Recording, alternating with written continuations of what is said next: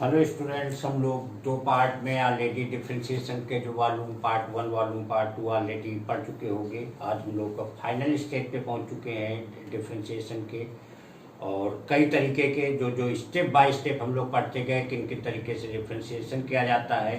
अब एक नया टाइप है पैरामेट्रिक फंक्शन। पैरामेट्रिक पता ही होगा, पैरामेट्रिक फॉर्म वो होता है कि दो वेरिएबल इक्वेशन को किसी भी इक्वेशन में हम लोग देखते हैं, जितने भी हमारे अलजेब्रा में कोऑर्डिनेट ज्योमेट्री में दो वेरिएबल इक्वेशन होते हैं, उनको एक में बदल देना कहलाता है पैरामेट्रिक इक्वेशन, और उनका differentiation. For example x equal to a cos theta, y equal to a sin theta, और यहाँ पे हमें dy पान dx निकालना है, dy dx की वैल्यू निकालनी है।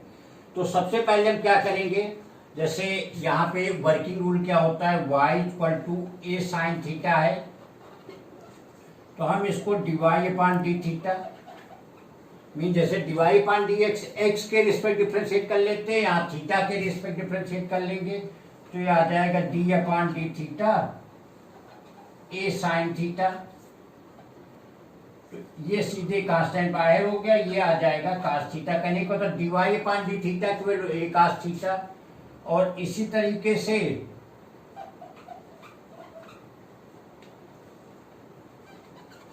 ए कास थीटा, तो D X upon D theta ये आ जाएगा माना है,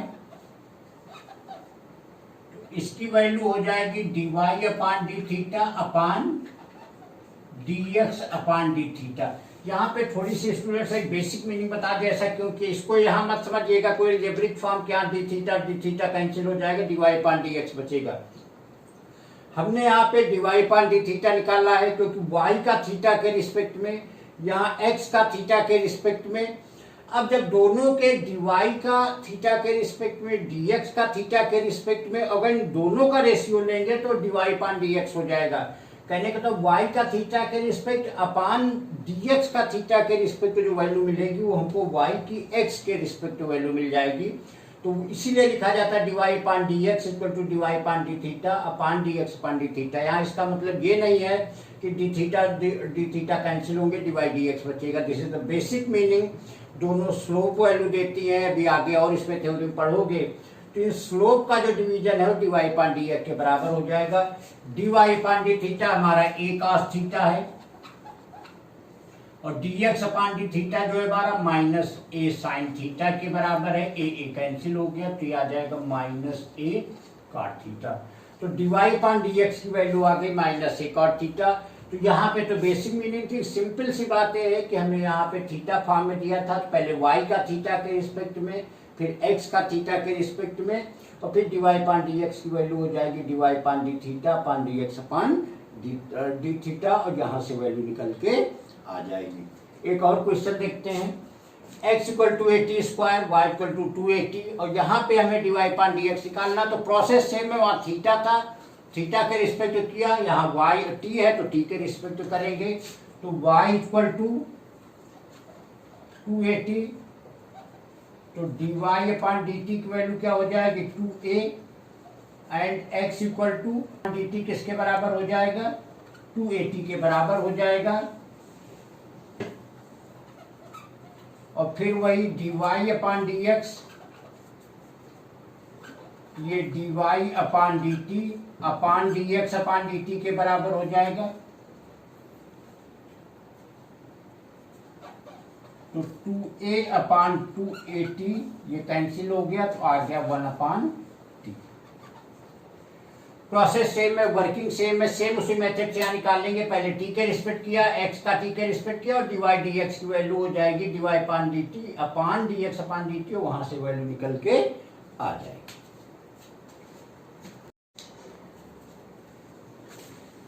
एक और क्वेश्चन देखते हैं, x equal to a bracket में cos theta plus theta sine theta, y equal to a sine theta minus theta cos theta. हमको डिवाई dx निकालना। प्रोसेस सेम है, क्वेश्चन अलग हो सकता है, उसमें वर्किंग अलग हो सकती है, कुछ कॉन्सेप्ट डिफिकल्ट कर दी वो बात अलग है, लेकिन जो बेसिक प्रोसेस है डिवाई पान डी एक्स का वो सेम है। तो सबसे पहले y की value a sine theta minus theta cos theta, यहाँ पे डिवाई अपान डी थीटा निकालेंगे। तो डी अपान डी थीटा ए sign theta minus D upon D theta ए थीटा कॉस थीटा। ए साइन थीटा ए बाहर हो जाएगा, साइन थीटा का कॉस थीटा हो जाएगा।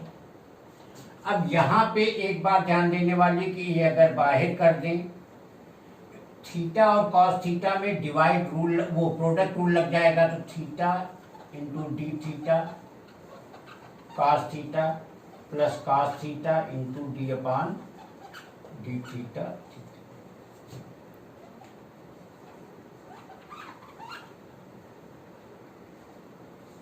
ए थीटा कॉस थीटा का माइनस साइन थीटा, तो यहाँ पे आ जाएगा ये प्लस हो जाएगा sine theta. Cos theta theta का 1 हो जाएगा, माइनस है तो यहाँ पे आ जाएगा माइनस ए कॉस थीटा, ये कैंसिल हो जाएगा। तो क्या बच गया ए थीटा साइन थीटा। कहने का मतलब यहाँ पे डिफ्रेंशिएट किया गया तो D Y upon D theta की वैल्यू ए थीटा साइन थीटा आ गई।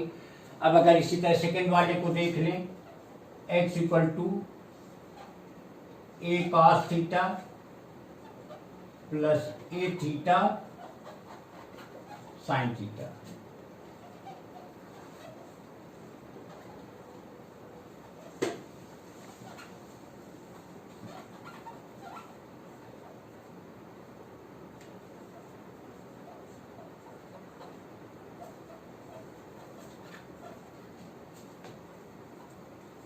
ये आया का, फिर से यहाँ पे प्रोडक्ट लग जाएगा थीटा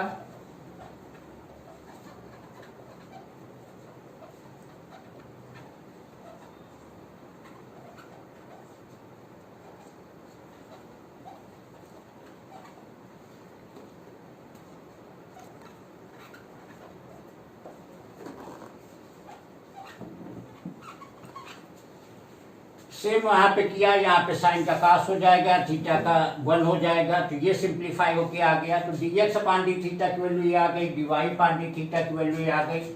अब अगर D Y upon D X हमको निकालना है तो D Y upon D X फिर वही D Y upon D theta upon D X upon D theta आ जाएगा 10। वर्किंग सेम है। अब ये अलग था, यहाँ क्वेश्चन अलग था, बीच प्रोडक्ट रूल दोनों में लग गए, थोड़ा लेंथी हो गया, बट बेसिक रूल जो है वो एज इट इज रहेगा। तो ये था तुम्हारा पैरामेट्रिक। पैरामेट्रिक में जो भी हमारा पैरामेट्रिक पॉइंट होगा, इसको पैरामेट्रिक पॉइंट जो वेरिएबल होता है, जैसे पैरामेट्रिक पॉइंट जहाँ थीटा था या पिछले वाले में टी था, तो उसके रिस्पेक्ट करके और इस प्रोसेस के थ्रू यहाँ पे डिवाइड डी एक्स की वैल्यू निकाल देंगे।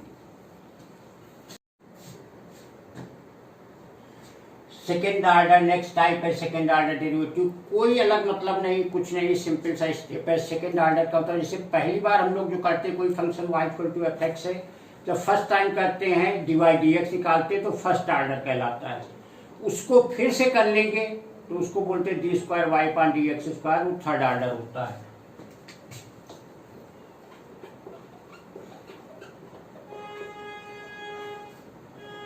हमने D Y upon d x की वैल्यू निकाल लिया, ये हमारा फर्स्ट ऑर्डर डेरिवेटिव हो गया। अब इसी को फिर से कर लें, जिसको हम D square y upon D x square, इसको बोलते हैं सेकेंड ऑर्डर। इसको फिर से कर लें तो उसको बोलेंगे D cube Y upon D x cube, ये हो जाएगा third order.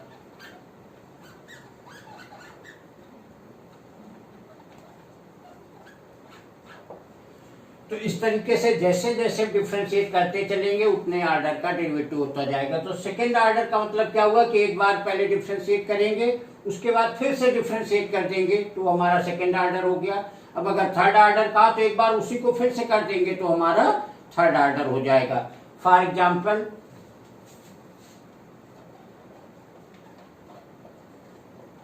y equal to 5x की पावर 4 है। अब यहाँ सेकेंड ऑर्डर का मतलब d square y upon D x square की वैल्यू हमको फाइंड करनी है। तो यहाँ पे y equal to 5x square, तो D Y upon D x की वैल्यू क्या हो जाएगी,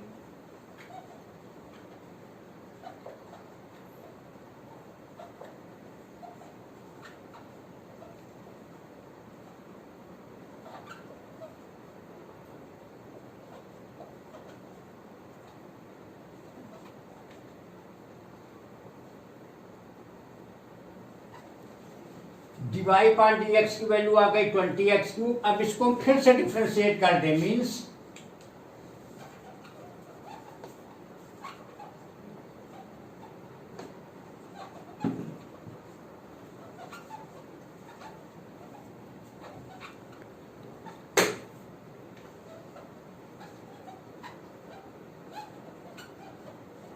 तो ये हो गया सेकेंड ऑर्डर। सेकेंड ऑर्डर का मतलब 60x², इसका सेकेंड ऑर्डर डिफरेंशिएशन 60x। यानी अगर थर्ड ऑर्डर हमको पूछा था तो इसको फिर से एक बार कर देते, तो थर्ड ऑर्डर में d³y/dx³ की वैल्यू आ जाती। तो सेकेंड ऑर्डर मीन्स कोई दूसरी चीज नहीं है, कोई विशेष मीनिंग नहीं है। सेकेंड ऑर्डर का तो जो फर्स्ट टाइम हमने डिफरेंशिएट करके dy/dx निकालना है, उसको फिर से डिफरेंशिएट कर लें तो वही हमारा हो जाएगा सेकेंड ऑर्डर डेरिवेटिव हो जाएगा। एक एग्जाम्पल और देखते हैं, 2x sin x। यहां पे हमें d²y/dx² की वैल्यू निकालनी है। तो सबसे पहले फिर से प्रोसेस सेम है, पहले dy/dx निकाल लें।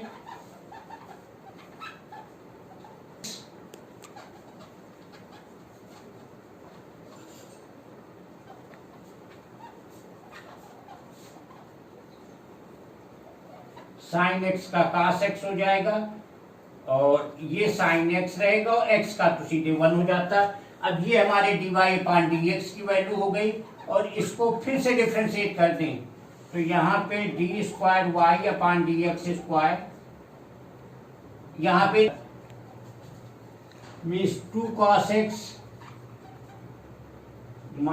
- x sin x, और यही सेकेंड डेरिवेटिव का आंसर हो जाएगा। तो सेकेंड डेरिवेटिव हर बार वही चीज है कि यहाँ पे पहले y दिया था, हमने dy/dx निकाला, जो आया उसका फिर से एक बार डेरिवेटिव निकाल लिया, जो वैल्यू आ गई यही हमारा सेकेंड ऑर्डर डेरिवेटिव हो जाएगा। तो फिर से कोई विशेष मीनिंग नहीं, पहली बार डिफरेंशिएट करिए dy/dx, और एक बार फिर से डिफरेंशिएट कर दीजिए तो वही हो जाएगा सेकेंड। एक और क्वेश्चन देखते हैं, y = 5 cos θ - 3 sin x, और तो हमको प्रूव करना d²y/dx² प्लस y की वैल्यू 0। तो यहाँ d²y/dx² है, तो इसका मतलब सीधी सी बात है, पहले हम dy/dx निकाल लें, जो कि -5 sin x - 3 cos x के बराबर हो जाएगा। और एक बार इसको फिर से डिफरेंशिएट कर लें तो -5 cos x और +3 sin x हो जाएगा। पहले यहाँ cos का माइनस साइन हुआ, साइन का यहाँ पे cos हो गया, फिर साइन का cos हो गया, और cos का माइनस हुआ तो यहाँ पे प्लस हो गया।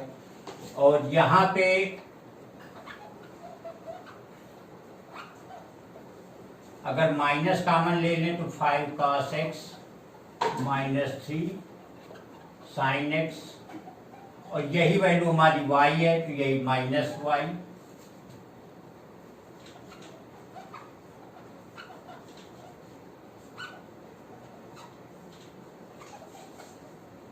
और ये +y। तो ये उसी सेकेंड ऑर्डर पे और ऐसे डिफरेंट टाइप के यहाँ क्वेश्चंस बनते जाए होता है। तो ये सेकेंड ऑर्डर डेरिवेटिव इस तरीके से प्रूव करेंगे। तो ये स्टूडेंट्स ओवरऑल डिफरेंशिएशन हो गया, जहाँ पे सारे प्रोसेस बताए गए, उनसे रिलेटेड एक एक दो दो तीन तीन एग्जाम्पल्स के थ्रू समझाया गया है। तो जब भी इसको पढ़िए, फॉलो करिए, और फॉलो करके पहले मेथड को समझिए, और फिर तो क्वेश्चन जितने जिस बुक से जितने करते जाओगे उतने ज़्यादा प्रैक्टिस होती जाएगी। तो मेनली होता है पहले प्रोसेस समझना, और फिर प्रोसेस के बाद उसकी जितने ज़्यादा प्रैक्टिस करोगे उतना ही ज़्यादा क्वेश्चन तुम्हारा टॉपिक क्लियर होता जाएगा, उसमें उतने बेसिक होते जाओगे, और जितने टफ क्वेश्चन करोगे। तो ये था overall differentiation second order y/dx² plus यहाँ पे उसी के एक एप्लीकेशन की डिफरेंट तरीके से यहाँ पे प्रूव कराया।